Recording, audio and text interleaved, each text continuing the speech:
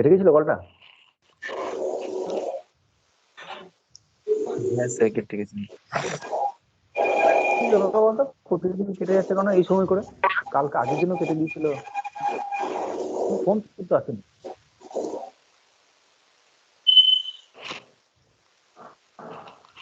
বেশ, সবাই চলে এসছে, আশা করি শেষ করে দিয়ে এটা। হ্যাঁ হ্যাঁ, সেটা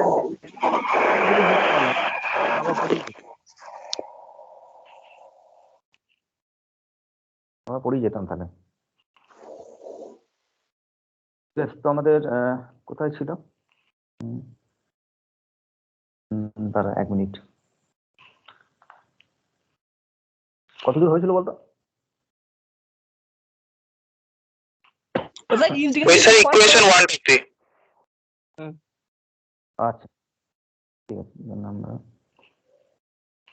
বেশ, তাহলে dA is dz is equal to m and dv by dz. Each of molecules have mass m. Total যে কোয়ান্টিটি মোমেন্টাম নিয়ে আসছে সেটা হচ্ছে m into dv by dz, and সেই মলিকুল সংখ্যা হিসাব করেছি আমরা, তো সেটা হচ্ছে এটা। পার সেকেন্ডে কত? এটা তো মোমেন্টাম, পার সেকেন্ডে যদি বের করি তবেই না আমরা ফোর্স পাবো, because dp by dt is equal to force. dp by dt, rate of change of momentum is the force. তো আমি এটাকে ফোর্স দিয়েছি আগে, ওই জন্য এটাকে আগেটাকে পি করে দিলে ভালো হতো এক্সপ্রেশনে, হ্যাঁ, তাহলে এটাকে ফোর্স বলা যেত। কিন্তু এটাকে এফ করতে পারছি না, কারণ এটা তো হিটের জন্য আমরা এক্সপ্রেশনটাকে ইউজ করব, ওই জন্য এটা করিনি। তো যাই হোক, পার সেকেন্ডে আমাদের দরকার, তো অতএব ইকুয়াল টু 1/3 ডিএ। ডিটিটাকে লিখছি না, ডিটিটাকে লিখছি না, কারণ বিকজ পার সেকেন্ড হিসাব করবো আমরা, rate of change of momentum is the force, কারণ সেই ফোর্সের সাথে ভিসকোসিটি ফোর্স তুলনা করবো। তাহলে একটা ডিএ আর ডিটিটাকে লিখছি না, এম এন এই দুটোকে পাশাপাশি লিখলাম, কারণ এটা ডেনসিটি বোঝায়। আর ডিভি ডিজেড থাকলো, ডিভি ডিজেড থাকলো, আর সি অ্যাভারেজ এন্ড ল্যামডা এটা থাকলো। আর এটা তো ইকুয়েশন নাম্বার 1, এটা কিন্তু আবার পরেও লাগবে আমার।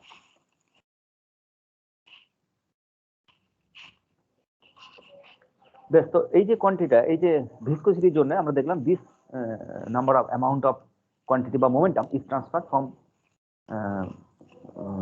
থ্রু এ এরিয়া ডিএ, বিভিন্ন লেয়ার থেকে নিট যে পেয়েছে সেটা হচ্ছে। আর এটা কার সাথে সমান? This numbers is equal to eta DA. DA মানে এরিয়াটা, ছোট্ট একটা এরিয়া, তো সেটা DA and DV by DZ. এটা হচ্ছে ভিসকোসিটি অরিজিনাল এক্সপ্রেশন, এটা প্রথমেই লিখেছিলাম আমি, যে DV by DZ, DA is the area and eta is the viscous force. এবার এখান থেকে ইচ্ছা পেয়ে যাবে, তুলনা করো তাহলে কি কি কাটছে, DA DA, DV by DZ, DV by DZ, আর আমাদের আর কি থাকছে, এটা equal to 1/3 M N C average into lambda. This is eta expression, এটা ইকুয়েশন নাম্বার তোমার 2। এটা is equal to M N C average and lambda. তো এক্সপ্রেশন থেকে আমরা দেখতে পাচ্ছি যে এটা কোন কোন বিষয়ের উপর নির্ভর করছে। Mass of individual molecule, because এটা হচ্ছে এটাটা কি, কোএফিসিয়েন্ট অফ ভিসকোসিটি, তো mass of individual molecule, density, average speed, molecules গুলো কেমন অ্যাভারেজ স্পিড সেটা, ল্যামডা তার মানে মিন ফ্রি পাথ। তাতেও দেখতে পাচ্ছি কিছু জিনিস সাবপ্রেসড আছে, যেমন একটা প্রেসারের উপর ডিপেন্ডেন্সি আছে কিনা সেটা বুঝতে পারছি না, টেম্পারেচারের উপর ডিপেন্ডেন্সি আছে কিনা সেটা বুঝতে পারছি না, মলিকুলার শেপের উপর ডিপেন্ডেন্সি আছে কিনা সেটাও বোঝা যাচ্ছে না। তো তার জন্য আমাদের আরেকটা এক্সপ্রেশন দেখতে হবে আমাদের, যে ল্যামডা যেটা, সেটার ফর্ম হচ্ছে 1/√2 and pi n d square. তাই তো, এটা হচ্ছে ছিল আমাদের pi n d স্কয়ার। ডিটা হচ্ছে মলিকুলার, যেটা মলিকুলার ডায়ামিটার, ডি যেটা সেটা হচ্ছে মলিকুলার ডায়ামিটার। আর পাই ডি স্কয়ারটাকে আমরা বলি অনেক সময় সিগমা, আর n into sigma that is called the macroscopic cross section, আর শুধুমাত্র সিগমাটাকে বলে cross section, collision cross section এরকম নাম দেওয়া হয়। তো এখানে যদি ল্যামডার মানটা বসাই, আবার কেটে গেল, আবার ভাইব্রেশন ভাবলাম, বেশ ঠিক আছে। বাইরে একটা আওয়াজ হচ্ছিল, ওটা ভাইব্রেশনের মতো নিয়ে অন্য কথা কেটে গেল বোধহয়। দেখুন ল্যামডা মানটা যদি এখান থেকে বসাই, একটা কথা মনে রাখতে হবে এখানে যে M into N, N into lambda, এখানে এন আছে এখানে ল্যামডা আছে, এটা দুজন কিন্তু প্রেসারের ডিপেন্ডেন্সিটাকে মানে আমাদের কি বলবো ইগনোর করছে। এন ইন্টু ল্যামডা ক্যান্সেল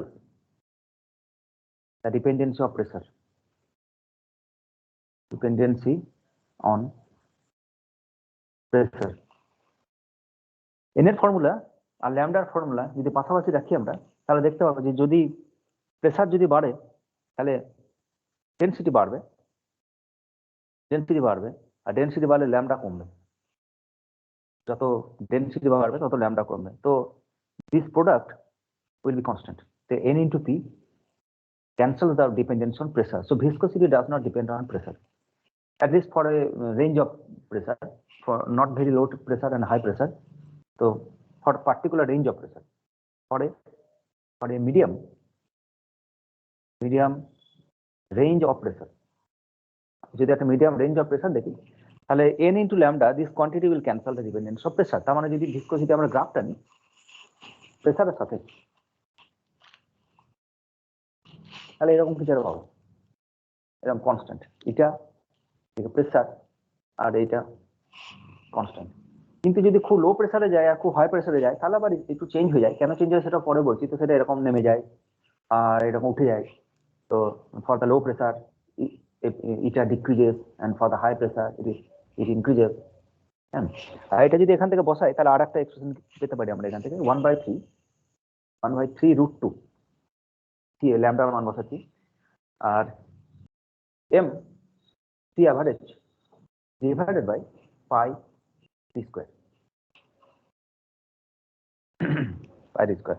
তো এইসব কোয়ান্টিটির উপর ডিপেন্ড করছে। আর সি অ্যাভারেজ যেটা, that is proportional to √t average temperature. So C average is proportional to √t। তার মানে eta is proportional to √t। তার মানে যদি এইদিকে ইটা আর এদিকে টেম্পারেচার বা √t যদি প্রকাশ করি, তাহলে আমাদের যেটা সরল রেখা পাওয়ার কথা, স্ট্রেট লাইন এরকম এরকম পাওয়ার কথা। এবং বিভিন্ন গ্যাস মলিকুলস বিভিন্ন গ্যাসিয়াস সিস্টেমের জন্য বিভিন্ন রকম হতে পারে। হ্যাঁ, যদি হিলিয়াম হয় তাহলে এরকম হিলিয়াম, যদি আর্গন হয় তাহলে এরকম, যদি নিয়ন হয় তাহলে আরেকটু উপরে এরকম, বাট ইট ইজ কনস্ট্যান্ট।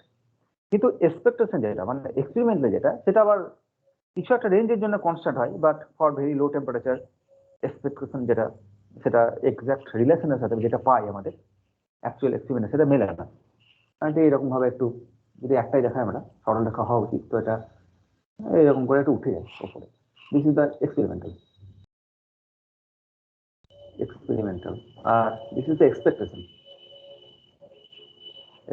মানে যেটা পাওয়া উচিত ফর্মুলা থেকে আর যেটা অ্যাকচুয়ালি পাই সেটা হচ্ছে একটু চেঞ্জ হয়ে যায়। তো কেন চেঞ্জ হয়ে যায় তার নিশ্চয়ই কারণ থাকবে।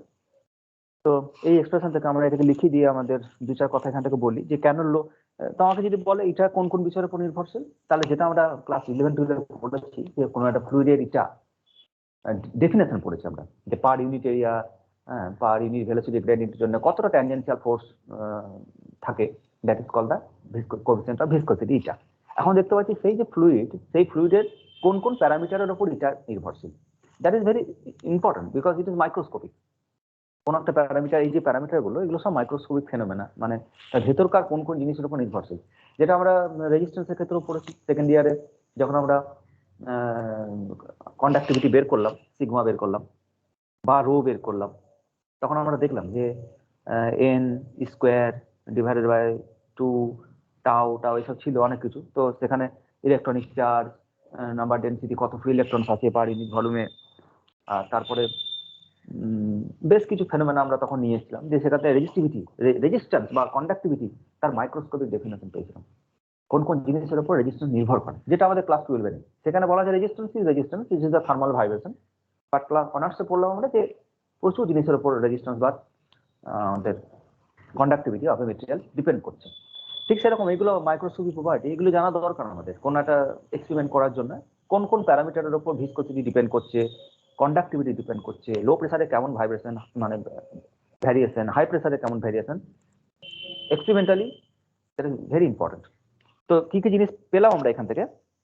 একটা তো এখান থেকে পাচ্ছি যে none of the quantity on the RHS right hand side depends on the pressure.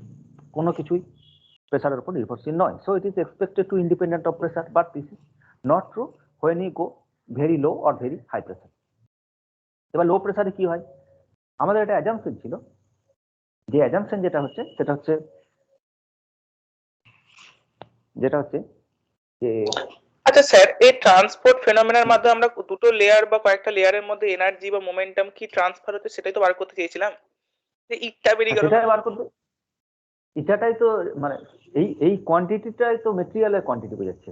মানে কতটা গ্যাস মলিকুলস আছে, তাদের মাস কেমন, হিলিয়াম আছে না নিয়ন আছে না আর্গন আছে, তাদের সেই কোন টেম্পারেচারে কাজ করাচ্ছি, ঠিক আছে, তাদের মলিকুলার ডায়ামিটার কেমন, এইসব জিনিসের উপর নির্ভর করছে এটা তো প্রপার্টি। ভিসকোসিটিটা একটা ম্যাক্রোস্কোপিক প্রপার্টি, যেটা আমরা দেখতে পাচ্ছি যে যখন আমাদের বললাম প্রথমেই কোন লিকুইডের মধ্যে কতটা ড্র্যাগিং ফোর্স, সেটা আমরা দেখতে পাচ্ছি, হাতে চিটচিটে লাগছে। কিন্তু কেন চিটচিটে লাগে? সেই মেটেরিয়ালটার কি এমন বৈশিষ্ট্য, সেই বৈশিষ্ট্যটা হচ্ছে এটা is the property of the material, individual property of the material. আর সেটা ডিপেন্ড করছে কার উপর? নাম্বার ডেন্সিটির উপর ডিপেন্ড করছে, মাস ডেন্সিটি, মাস উপর ডিপেন্ড করছে, ভেলোসিটি যেটা বা টেম্পারেচারের উপর নির্ভরশীল করছে, এই কোয়ান্টিটির উপর ডিপেন্ড করছে কতটা মোমেন্টাম ট্রান্সফার হবে। সব ক্ষেত্রে তো সেম হবে না, বুঝতে পারলে? ওই জন্য এটা বের করলাম। এটা যদি বের করতে পারি তাহলে আমাদের কি পরিমাণে ট্রান্সফার হবে বা কত হবে সেটা বের করতে হবে। প্রপার্টি এটা থার্মাল কন্ডাক্টিভিটি, যে কারণে আমরা বের করি। হ্যাঁ, কে কে আমরা কেন বের করি? কে থার্মাল কন্ডাক্টিভিটি কেন বের করি? কারণ কতটা হিট ট্রান্সফার করবে সেই মেটেরিয়ালের থার্মাল কন্ডাক্টিভিটি দেখে বোঝা যায়, এর ভ্যালু দেখে বোঝা যায়, থার্মাল কন্ডাক্টিভিটি দেখে, যে এর যদি বেশি হয় তাহলে বেশি বেশি হিট ক্যাপাসিটি, হিট ছড়িয়ে দেবে, তাই না? এই কোয়ান্টিটির উপর নির্ভর করে। স্প্রিং কনস্ট্যান্ট কে, তো কে কেন বের করি? স্প্রিং কনস্ট্যান্ট কে বলি আমরা, কেন বের করি? একটা স্প্রিং কে ফোর্স লাগাবো, তাকে এক্সপানশন করতে চাইবো, তো কে যদি বেশি হয় তাহলে সে বলবে দাদা অত সোজা নয় আমাকে এক্সপান্ড করা। যদি কে কম হয় তাহলে বলবে যা আমি ছেড়ে দিলাম এক্সপান্ড করা। তো কে ইজ ম্যানিফ্যাক্টারিং, দেখতে পাচ্ছি আমরা কি, দেখতে পাচ্ছি স্যার, এই ফোর্স, দেখতে ভিসকোসিটি পাচ্ছি দ্বারা এক্সপান্ড। শুধু মোমেন্টাম ট্রান্সফারই তো হয় নাকি? হ্যাঁ, ভিসকোসিটি দ্বারা মোমেন্টাম ট্রান্সফার হয়, এটা মানে থার্মাল এনার্জিটা এখন বাকি। থার্মাল এনার্জিটা বাকি আছে। হ্যাঁ, ওই জন্যই বললাম যে তবু তো আমি এটা ছোট করাচ্ছি, বইয়ে যেটা করে দেওয়া আছে সেটা এর দ্বিগুণ বড়। আমি তো তাও এই 1 নাম্বার এক্সপ্রেশন যেটা লিখে রেখেছি ওইটা ধরে আমি ইটা আর সিভিটা বের করবো। সেম, সিভিটা খুব একটা বড় নয়, সেম, কারণ ইটাটা বুঝে নিলে সিভি কে বেরিয়ে যাবে, কারণ ইটার কে সেম সেম, সম্পর্কটা প্রথমেই লিখে দিয়েছিলাম, কে ইজিক্যাল টু ইটা সিভি, তাই না? তো সিভি তো মোটামুটি কনস্ট্যান্ট, যদিও মোনোটমিক ডায়াটমিক ক্ষেত্রে যে ভ্যালু সেটা একটু হেরফের করে, বাট আমরা যে অ্যাটমিক গ্যাসের ক্ষেত্রে কথা বলবো তার সিভি আমরা জানি। তাহলে ইটা যদি জেনে ফেলি তাহলে কে অলরেডি আমি জেনে ফেলেছি, সেম নেচার অ্যাজ ইটা। ওই জন্য আমাদের ইটাটা বুঝতে পারলে কেটা বেরিয়ে যাবে, ইটা কে নিয়ে আর টেনশন করা দরকার নেই। তো যেটা বলছিলাম, তো এখানে দেখলাম আমরা এক্সপ্রেশন থেকে কি দেখতে পাচ্ছি আমরা, এখানে দেখতে পাচ্ছি যে আমাদের একটা অ্যাজাম্পশন ছিল। কি assumption? Dimension of the vessel, dimension of vessel, কতটা যে পাত্র আছে তার যে vessel, mean free path should be very very less than that, and it is greater than that of the diameter d. এই এক্সপেকটেশন থেকে আমাদের যে মিন ফ্রি পাথের রেজাল্ট আমরা বের করেছিলাম, বা জিরোথ অর্ডার অ্যাপ্রক্সিমেশন যেখানে, বা ফার্স্ট অর্ডার অ্যাপ্রক্সিমেশন যে ধরনের অ্যাপ্রক্সিমেশন ধরা হয়, তাদের মধ্যে প্রথমেই আমাদের ধরে নেওয়া হয়েছিল যে ডাইমেনশন অফ দ্য ভেসেল যেটা, সেটা অনেকটাই বড় ল্যাম্বডা থেকে। আর আমরা আগের দিন এটা নিয়ে কথাও বলেছি, রেজাল্ট এক্সপেরিমেন্ট করে, মানে আমাদের ক্যালকুলেশন করে দেখিয়ে হয়েছিলাম যে মলিকুলার ডায়ামিটার যেটা হয় তার থেকে মিন ফ্রি পাথটা বেশি হয়, আর ডাইমেনশন অফ ভেসেল মানে বুঝতে পারছি সেটা অনেকটাই। কিন্তু লো প্রেসারে, ডিক্রিজ অফ প্রেসার যদি আমরা করি, ডিক্রিমেন্ট অফ প্রেসার, তাহলে এই কন্ডিশন ফুলফিল হয় না। তো কি হয়, যদি প্রেসার যদি খুব কমিয়ে দিই তাহলে ল্যাম্বডা যেটা মিন ফ্রি পাথ, আমাদের ওই এক্সপ্রেশন লাইন লিখি যে for the low pressure, for low pressure lambda gradually increases. Lambda কতটা ইনক্রিজ করছে? becomes comparable to the dimension of vessel। ফাঁকা জায়গায় সে যতটা স্পেস, যদি এটা কমিয়ে দিই আমরা ডেনসিটি, তাহলে পুরোটা ট্রাভেল করতে পারবে। যেটা আমি আগের দিন বলেছিলাম যে লার্জ হাইড্রোজেন কোলাইডারে একটা প্রোটন 7-8 কিলোমিটার মতো ট্রাভেল করতে পারে। আদার্স মলিকুলস নেই বলি না, ডেনসিটি কম, প্রেসার কম বলি না, আদার্স ধাক্কাধাক্কি হয়ে তার তো ডিরেকশন চেঞ্জ হয়ে যাবে। তো for the low pressure lambda is comparable to dimension of vessel. dimension of vessel. For further decrease of pressure, যদি আরো আমরা কমিয়ে দিই, for further decrement of pressure, এবার কি হবে? ডাইমেনশন অফ ভেসেল তার থেকে তো আর ল্যামডা বেড়ে যেতে পারবে না, তাই না? এখানে খুব কম প্রেসার করে দিয়েছি আমরা, তো এই যে ল্যামডা সেটা একদম ডাইমেনশন অফ ভেসেল তার সাথে সমান হয়ে গেছে, কিন্তু আমি আরো প্রেসার কমাচ্ছি, তা lambda remains constant. But rho decreases. This is rho. M into N, rho. তাহলে for further decrement of pressure, if we decrease the pressure, lambda remains constant. আর ওর কিছু করার নেই, পাত্রে দেওয়াল ফুটে তো বেরোতে পারবে না, it is constant, but rho decreases density। আর যেহেতু rho decrease করে ওই জন্য এটা কমে যায়, তো at the low pressure, very low pressure region এটা কমতে শুরু করে। and high প্রেসারের জন্য কি কি হয়? যদি হাই প্রেসারের জন্য হয় তাহলে এটা যেটা অ্যাজাম্পশন, আমাদের এই অ্যাজাম্পশনটা ব্রেক করে। অ্যাজাম্পশন কি ছিল? ডাইমেনশন অফ ভেসেলের থেকে ল্যামডা ভেরি ভেরি লেস হতে হবে। That assumption is not satisfied there, and for the high pressure it is not also satisfied. For high pressure কি হয়? প্রেসার যদি খুব বাড়িয়ে দিই তাহলে যে কলিশন, যেটা মলিকুলার যেটা কলিশন, তো এটার জন্য যে ল্যামডা হবে that is comparable to D, molecular dimension, molecular যে ডায়ামিটার, সেই ডায়ামিটার অনুসারে সেটা সেম হয়ে যায়। এবার যদি আরো প্রেসার বাড়ায় তাহলে তো মলিকুলার ডায়ামিটার থেকে তো আর কিছু হতে পারবে না, একটা মলিকুলকে ভেদ করে তো বেরিয়ে পালিয়ে যেতে পারবে না। So for further increment of pressure, if we increase the pressure further, then lambda is equal to constant and rho increases, density আরো বাড়ছে। আর ডেনসিটি যদি আরো বেড়ে যায় তাহলে ইটা বাড়বে, তো এটা ইটা বাড়বে। তো that is the variation of pressure, eta with pressure. আর যদি টেম্পারেচারের ক্ষেত্রে দেখি আমরা এইটার, আর এর যে এক্সপেকটেশন আর এর যে অ্যাকচুয়াল এক্সাক্ট যে ভ্যালু, সেটার মধ্যেও হেরফের দেখা যায়। তো কেন সেটা দেখা যায়? Because for the high pressure, high temperature যদি এই জায়গাটাতে মানে আমাদের ভায়োলেশনটা দেখা যায়, তো এখানে যদি খুব হাই টেম্পারেচার হয় তাহলে ইটা খুব বাড়ছে। ইটা বেড়ে যাওয়া মানে তার ভিসকাস প্রপার্টি যেটা, ড্র্যাগিং প্রপার্টি যেটা, চিটচিটে প্রপার্টি যেটা, সেটা বাড়বে। আর সেটা কেন বাড়ে? বিকজ হাই টেম্পারেচার যে মলিকুলস গুলোর মধ্যে এদের একটা অ্যাজাম্পশন ইউজ করা হয়। সেই অ্যাজাম্পশনটা হচ্ছে এরা হচ্ছে হার্ড স্ফিয়ার, একদম শক্ত যে ধরনের বল হয়, যে আমাদের কি বলে বিলিয়ার্ড বল যেগুলো বলে, তো সেই বলের সাথে রিজিড হার্ড স্ফিয়ার,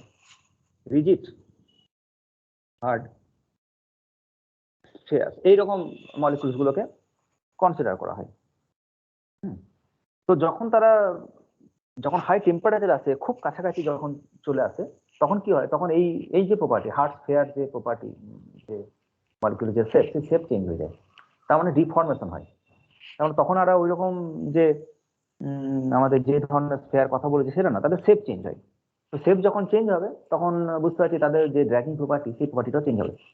হ্যাঁ, এরকম শেপ ছিল, আর একটা মলিকুল তো ধাক্কা মেরে চলে যাওয়ার কথা, কিন্তু তা না, এই এরকম কিছু একটা শেপ, আমাদের এরকম শেপ তাদের চেঞ্জ হচ্ছে। তো যেমন আমাদের ওই টেনিস বল যেমন হয়, তার যেমন আঘাত লাগার পরে তার যেমন শেপটা চেঞ্জ হয়, তো সেরকম সেটার হার্ড স্ফিয়ার থাকে না। তো সেই জন্য তার প্রপার্টিটা আরো, যেহেতু শেপ চেঞ্জ হয়, সুতরাং that property also call into play. ওই জন্য এটা ভিসকোসিটির মান যেটা সেটা বেড়ে যায়। ঠিক আছে? তো ইফেক্টিভ, তার মানে কি? মানে effective diameter of the molecule appears to decrease as the high temperature. Effective diameter যেটা, সেটা এটা তো ইফেক্টিভ ডায়ামিটার, তার মলিকুল শেপ, তো তার শেপ চেঞ্জ হয়, তো ও এসে চেঞ্জ হচ্ছে, জাস্ট ডায়ামিটার ইজ চেঞ্জ। তো সেটার জন্য এখানে এটার মান চেঞ্জ হয়। এবার আমি এটার রেসপেক্টে, যেহেতু আমাদের অনেক সময় চলে গেছে, আমি থার্মাল কন্ডাক্টিভিটির কথা আর আলাদা করে বলবো না। সেম শুধু যে নোটটা আমি দিয়েছি সেটা দেখবে। ওখানে যেভাবে আমরা যে ফিজিক্যাল এন্টিটিটাকে নিয়ে এসেছিলাম, সে 1 নম্বর ইকুয়েশনে কি ছিল সেটা, F equal to DA DT 1/3 ছিল একটা, আর ছিল DH by DZ N C average and lambda, এটা ছিল। আর এরপর আমরা এইচ এর জায়গায় মোমেন্টাম বসালাম। এবার সেম কাজ করবে তুমি, এইচ এর জায়গায় এনার্জি বসাবে, হিট এনার্জি। আর যে হিট এনার্জি যেটা, সেটা হচ্ছে এমএসটি টাইপের। হ্যাঁ, বা আমাদের কি কি সেটা হয়, সেটা হচ্ছে ওই কে ই ইজ ইকাল টু এনএসটি, এটা একটা ফর্মুলা ইউজ করবে তুমি, এম সিভি অ্যান্ড ডিটি বা টি। এটা একটা কাজে লাগাবে। এখানে সিভি ফর কনস্ট্যান্ট ভলিউম, মনে রাখবে এটা কনস্ট্যান্ট ভলিউমের জন্য specific hit, because pressure is not constant, তো ভলিউমটা কনস্ট্যান্ট, তুমি এটা ই পাবে, এটা একটা কাজে লাগাবে। আর একটা যেটা, সেটা হচ্ছে ওই কে এ, সরি ফোর্স, যেটা যে ফোর্সের কথাটা, যে ফোর্স এক্সপ্রেশন, সেটা পাবে K A and DT by DZ. Temperature gradient, area যত বাড়বে তত হিট কন্ডাকশন হবে and conductivity is the K. দিয়ে ওই এক্সপ্রেশন থেকে নোটটা করে দেওয়া আছে, আলাদা করে বলছি না, বিশেষ যে কিছু কঠিন তাও নয়। তো এটা দুবার ডেরিভেটিভ করতে হতে পারে তোমাকে, এখানে বসিয়ে একটু রেজাল্ট বেরোবে। আর তাতে বেরোবে কে এর value 1/3 M N and C average lambda CV. তো সেম জিনিস, সেম, শুধু একটা সিভি চলে এসছে, যেটা এটা পেয়েছিল সেটাই পাবে, আবার ফেরত পাবে এন্ড সিভি। তো কে ইজ ইকুয়াল টু এটা সিভি, এটা ইকুয়েশনটা প্রমাণ করবে ওখান থেকে। তার মানে কে বাই এটা CV is independent of everything, independent of one, মানে ইন্ডিপেন্ডেন্ট অফ এভরিথিং, তো এটা ওয়ান কনস্ট্যান্ট, ঠিক আছে। বাট এটা এক্সপেরিমেন্টালি এটাও কিছু দেখা যায়, যে চেঞ্জ দেখা যায়, যে ভ্যালুটা 1 হয় না, ভ্যালুটা হয় সিগমা এপসাইলন। আর এপসাইলন ভ্যালু হচ্ছে 2.5, আবার কখনো 1.9। তো ভ্যারি করে মোটামুটি 1.59 থেকে 2.5 এর মধ্যে, এই যেটা এই যে ভ্যালু, সেটা চেঞ্জ করে depending on the monatomic and diatomic gas. যদি মোনোটমিক হয় তাহলে এটা, আর যদি ডায়াটমিক হয় তাহলে, বাট সেম প্রপার্টি, এটাকে বলা যেতে পারে, মানে প্রপার্টিটা হচ্ছে সেম। কে যা প্রপার্টি, কে যা ডিপেন্ডেন্ট, এটা যা ডিপেন্ডেন্ট, কে এরও সেম প্রপার্টি, বাট তাদের রেশিওটা 1 হয় না অ্যাকচুয়ালি। এক্সপেরিমেন্টালি যে আর্গুমেন্ট, তাতে দেখা যায় যে এটা মোনোটমিক গ্যাসের ক্ষেত্রে 2.5 আর এটা 1.9, ঠিক আছে। বেশ, তো আমাদের এইটুকু থাক। আমাদের এটা একটা 8 থেকে 10 নম্বরের একটা প্রশ্ন। হ্যাঁ, তো ভালো করে ডেরিভেশন করে প্র্যাকটিস করে ফাইনাল রেজাল্ট যেন মুখস্থ থাকে। আর পরের দিন আমাদের ভ্যান ডার ওয়েল ইকুয়েশন দেখবো। ভ্যান ডার ওয়েল ইকুয়েশনটা হয়ে গেলে আমরা আবার ওখানে ফেরত যাবো, যে ওখানে যে জিনিসগুলো বাকি আছে সেগুলো করে আসবো, ঠিক আছে। বেশ, ছেড়ে দিলাম।